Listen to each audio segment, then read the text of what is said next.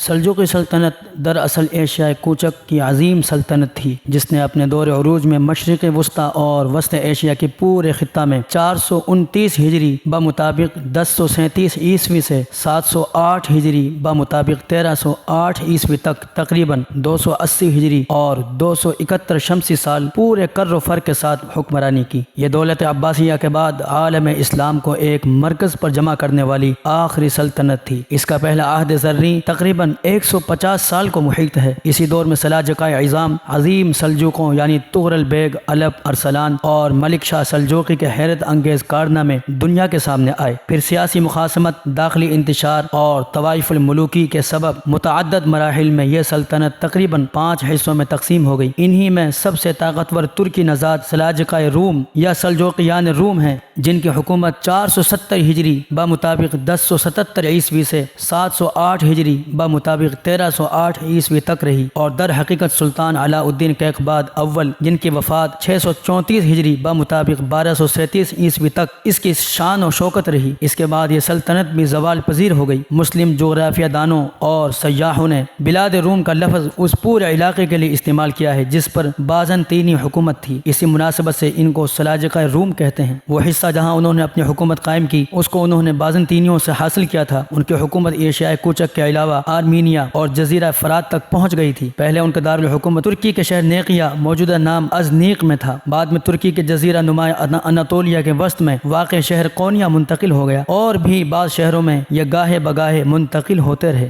سلجوقیان روم ترکی فارس ثقافت کے آئینہ دار تھے۔ ان کی توسیع پسندانہ سیاست نے سلطنت کو وسیع تر کر دیا تھا۔ خوشحالی اور فراوانی عام ہو گئی تھی، لیکن افسوس کہ اس کے دور آخر میں ناز و نعمت میں پلے ہوئے نوجوان سلجوقی سلاطین رقص و سرود اور شراب و شباب میں مست ہو گئے، اور حرص و ہوس کے متوالے امراء سلطنت ہی عملی طور پر فرما روا بن گئے، جن کا سرغنہ امیر سعد الدین بن محمد کوپیک، جن کی وفات 636 ہجری تھا، جسے عربی اور فارسی میں کوبک لکھتے ہیں۔ اس میں کوئی شک نہیں کہ سلجوقیان روم نے اپنے دور حکومت میں تعلیمی، عسکری اور تجارتی میدانوں میں ناقابل فراموش خدمات انجام دی۔ بڑے بڑے عادل، علم دوست اور انسانیت نواز فرمانروا سلجوقی سلطنت کے اس دورانیے میں بھی ہوئے، جن میں نمایاں نام سلطان علاء الدین کیقباد اول کا ہے، جسے بہت سے مخلص امیروں اور گورنروں کا تعاون حاصل رہا۔ لیکن افسوس کہ اس کے دور حکومت میں بھی جو بے وفا اور حرص و ہوس کے مارے سربراہان حکومت گزرے، انہی میں سب سے بڑا بدنام زمانہ سعد الدین کوپیک ہے۔ امیر سعد الدین کوپیک کی ابتدائی زندگی کیسی تھی، وہ کب، کہاں، کس جگہ پیدا ہوا تھا، اس نے کہاں کہاں اور کن اساتذہ سے تعلیم حاصل کی تھی، اور وہ کب اور کس کے توسط سے سلجوقی دربار میں داخل ہوا تھا، اس بارے میں تاریخی کتابوں میں کوئی معلومات نہیں ملتی۔ اس کا لقب سعد الدین تھا، اور عوام میں وہ ابو نقاش کے نام سے بھی جانا جاتا تھا۔ اس کے والدہ کا نام شہناز خاتون تھا، جو قونیہ کے کسی رئیس کی بیٹی تھی۔ اس کا باپ محمد بھی قونیہ کے اشرافیہ یعنی ایلیٹ طبقے میں سے تھا۔ یہاں بھی واضح رہے کہ سعد الدین کو ترک T V series Ertugrul Ghazi میں سعد تین کہا گیا ہے، جبکہ اس کا اصل نام سعد الدین تھا۔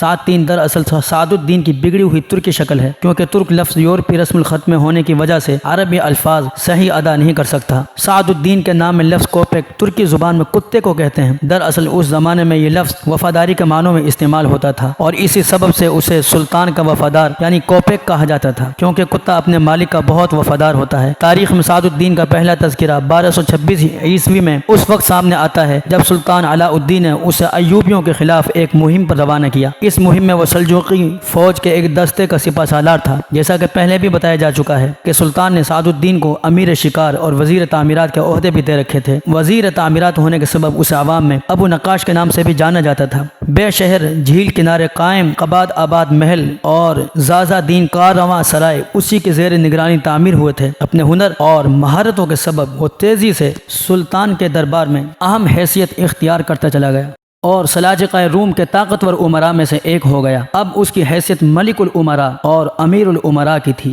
سلجوقی سلطنت کو اس کے ذریعے متعدد فتوحات حاصل ہوئیں۔ کئی مہمات میں وہ فاتحانہ سرخرو ہوا، جن میں قلعہ سمیسات اور گرد و پیش کے قلعے بھی تھے، جن کو اس نے 635 ہجری میں فتح کیا۔ لیکن افسوس کہ اقتدار کے ہوس نے اسے شاطر دماغ اور وزیر کو قاتل و سفاک بنا دیا۔ اس کے سر میں امیر سے سلطان بننے کا سودا سما گیا، جس نے اسے چین سے بیٹھنے نہ دیا، اور اس مقصد سے اس نے دشمنوں سے ساز باز شروع کر دی۔ ان سے خفیہ ملاقاتیں، خفیہ مراسلات اور وعدے ارادے شروع ہو گئے۔ رازوں کی خرید و فروخت نے اس کو مضبوط اور ریاست کو کمزور کر دیا، اور اسی دھن میں وہ دیس بدیس پھرتا رہا۔ اس کی اس مہم میں جو بھی حائل ہوا یا اس کے راز سربستہ سے واقف ہوا، بلا تکلف اس نے اس کا سر قلم کر دیا اور بڑے بڑے امیروں کو دردناک سزائیں دی، حتیٰ کہ ایک ملکہ کا خون بھی اس کی گردن پر ہے۔ ان کاموں میں اسے عیسائی پیشہ ور جنگجوؤں کی مدد بھی حاصل تھی۔ منگولوں سے بھی اس کے خفیہ تعلقات تھے۔ خوارزم شاہی سلطنت سے بھی اس نے سلجوق سلطنت کے خلاف وفاداری کا سلسلہ قائم کر لیا تھا۔ ترکی کے ڈرامہ سیریز ارطغرل غازی میں اسے شروع سے ہی غلط کردار میں پیش کیا گیا، جبکہ در حقیقت کوپیک بڑا شیریں گفتار، ملنسار، درد مند اور دریا دل انسان تھا۔ وہ عدالت منتظم، بیوروکریٹ، وزیر تعمیرات اور شکار کا ذمہ دار تھا، اسی لیے اس کے نام کے ساتھ امیر الصید و تعمیر لکھا جاتا تھا۔ وہ فن تعمیر میں بھی بلا کا ذوق رکھتا تھا۔ کونیا کا عالی شان سرائے خانہ خان زازا دین اسی نے بنوایا تھا۔ اسی نے بحیرہ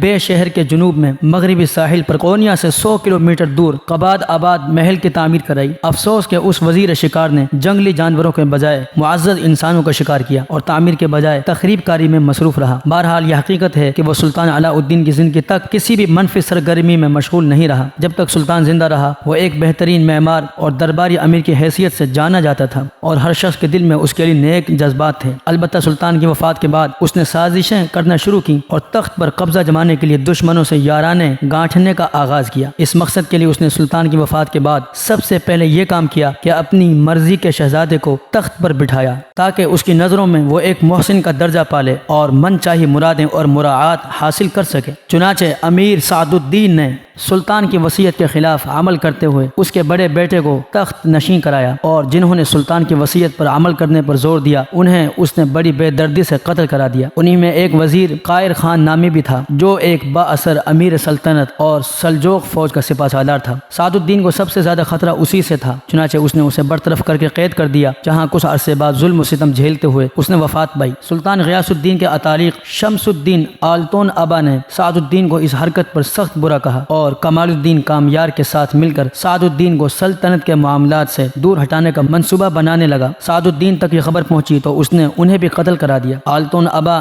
سلطنت سلجوقیہ کے قابل اور وفادار امیروں میں سے تھا، جو خلیج ارسلان ثالث کے زمانے سے سلجوقی دربار کا حصہ تھا۔ سعد الدین کی سازشوں کے کامیاب ہونے کے سبب اب تمام اہم اور پرانے وزیر ایک ایک کر کے قتل ہو چکے تھے۔ نئے سلطان نوجوان اور ناتجربہ کار تھا، لہذا سلطنت کی تمام باغ دوڑ اب عملاً اس کے قبضے میں تھی۔ 1238 عیسوی میں سعد الدین نے اصل ولی عہد خلیج ارسلان کی ماں ملکہ عادلہ کو انقرہ بھیج دیا، جہاں راستے میں اس کے حکم پر ملکہ پر حملہ کیا گیا اور اسے گلا گھونٹ کر قتل کر دیا گیا۔ دیگر شہزادوں کو بھی قلعے میں نظر بند کر دیا۔ اس کے بعد اس نے ان شہزادوں کے قتل کا حکم دیا جس کی تعمیل میں شہزادہ خلیج ارسلان اور رکن الدین کے قتل کا فرمان جاری کیا گیا، جو اپنی والدہ ملکہ عادلہ کے ساتھ قتل کیے گئے تھے۔ شہزادوں کو قتل کرانے کے ان اقدامات کے پیچھے سعد الدین کوپیک کا مقصد یہ تھا کہ وہ خود سلجوقی تخت پر قابض ہونا چاہتا تھا۔ اس زمانہ میں یہ دستور تھا کہ وہی شخص تخت پر بیٹھ سکتا تھا جس کے رگوں میں کسی بادشاہ کا خون دوڑ رہا ہو۔ یہی وجہ تھی کہ صحابہ اکرام رضوان اللہ علیہم اجمعین کے ہاتھوں ایران کی ساسانی سلطنت کے خاتمے کے بعد جب مسلمان وہاں پر قابض ہوئے تو نئے حکمران طبقے نے اپنا سلسلہ نسب ساسانی بادشاہوں سے جوڑ کر عوام کی نظروں میں خود کو تخت کا جائز حقدار ثابت کیا۔ یہ سلطنت تاریخ میں سامانی سلطنت کے نام سے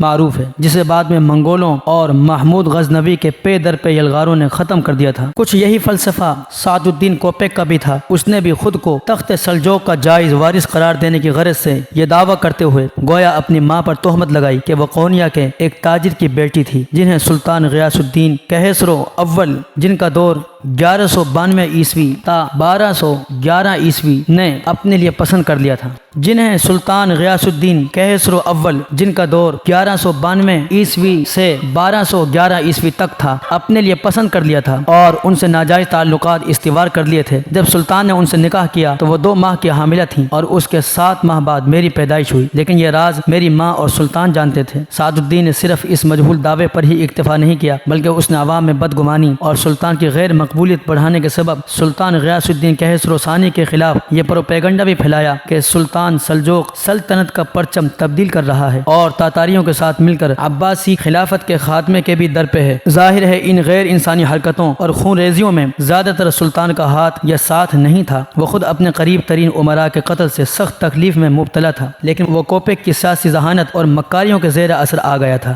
اور اس کے پاس اس کی ناجائز کارروائیوں کو روکنے کے لیے کوئی ثبوت نہ تھا۔ سلطان کی آنکھیں اس وقت کھلی جب کوپیک تلوار حمائل کر کے دربار شاہی میں آنے لگا۔ اب سلطان کو محسوس ہوا کہ میری جان پہ بن آئی ہے، چنانچہ سلطان نے اپنے ایک غلام کے ذریعے سیواس میں موجود اپنے پہرے داروں کے سردار اور سیواس کے سپہ سالار حسام الدین قراجہ کو کونیا آنے کا حکم دیا اور قراجہ کے پاس ایک مہر بند مکتوب روانہ کیا کہ کوپیک کو کسی طرح قتل کیا جائے، کیونکہ کوپیک نے اب اپنا احترام کھو دیا تھا اور نہ صرف سلطان بلکہ پوری سلطنت کے لیے حقیقی خطرہ بن گیا تھا۔ کوپیک صرف قراجہ سے ہی ڈرتا تھا۔ قراجہ نے اچانک کوپیک سے ملاقات کی اور اس کی ثنا خوانی سے اس کو اپنے شیشہ میں اتار لیا۔ چند روز قیام کے بعد جب حسام الدین قراجہ کو اطمینان ہو گیا کہ اب سعد الدین اس کی جانب سے غافل اور مطمئن ہے، تو وہ ایک روز صبح سویرے سعد الدین کو اپنے ساتھ محل لے گیا، جہاں سلطان نے تنہائی میں اس سے گفتگو کی اور سعد الدین کی سازشوں سے اسے آگاہ کیا۔ قراجہ نے سلطان کے ساتھ مل کر سعد الدین کی سازشوں کے سد باب کے لیے خفیہ تدبیریں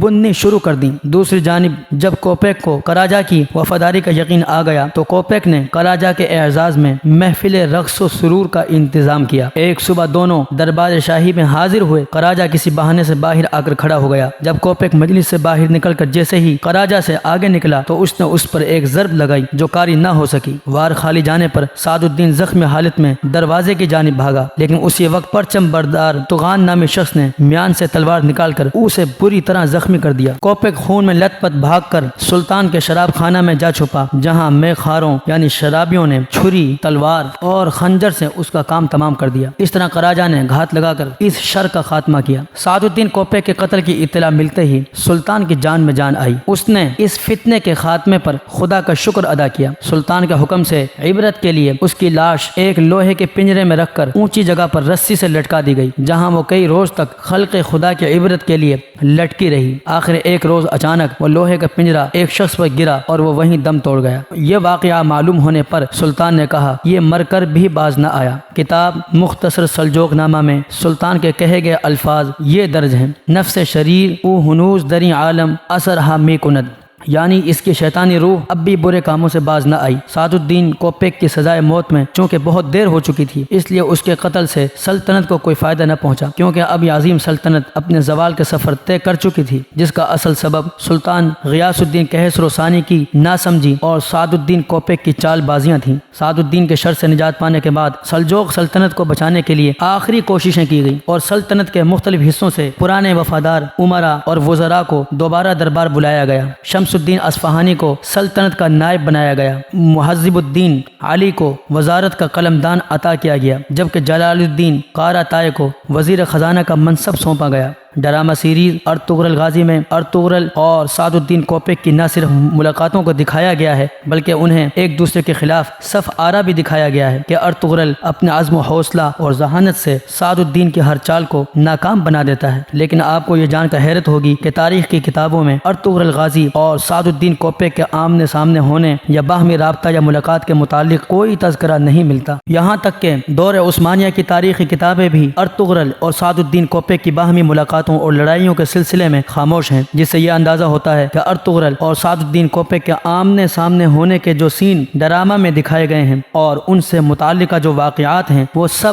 ایک تاریخی جھوٹ یا فکشن کی حیثیت رکھتے ہیں۔ کوپیک کے سیاہ کارناموں میں آج کے حکمرانوں، جرنیلوں، بیوروکریٹس اور سرکاری افسروں کا عکس بخوبی دیکھا جا سکتا ہے، جو اقتدار کی خاطر کافروں سے دوستی اور اپنی قوم سے غداری کرنے کے لیے بھی تیار رہتے ہیں۔ کیا آپ کو شام کی خون آشام نسل کشی، یمن کی تباہی، مصر کے منتخب صدر محمد مرسی کی معزولی، حبس دوام اور پھر رفتہ رفتہ قتل، ترکی میں 2016 کی ناکام فوجی بغاوت، 2018 میں استنبول میں واقع سعودی قونصل خانہ میں جمال خشوگی کے بے دردانہ قتل اور صدی معاہدہ یا ٹرمپ پیس پلان، اور ابھی حال ہی میں متحدہ عرب امارات کے حکمران کی اسرائیل سے بڑھتی دوستی کی پینگیں اور اسرائیل کے ناجائز وجود کو تسلیم کرنے کے جذبے کے پیچھے کوپیک جیسے حیلہ ساز چہرے نظر نہیں آتے؟ ناظرین، ہمارے چینل ہسٹری ٹائم میں آپ آئندہ بھی تاریخ پر بہت سی دلچسپ معلوماتی اور مستند ویڈیوز دیکھ سکیں گے۔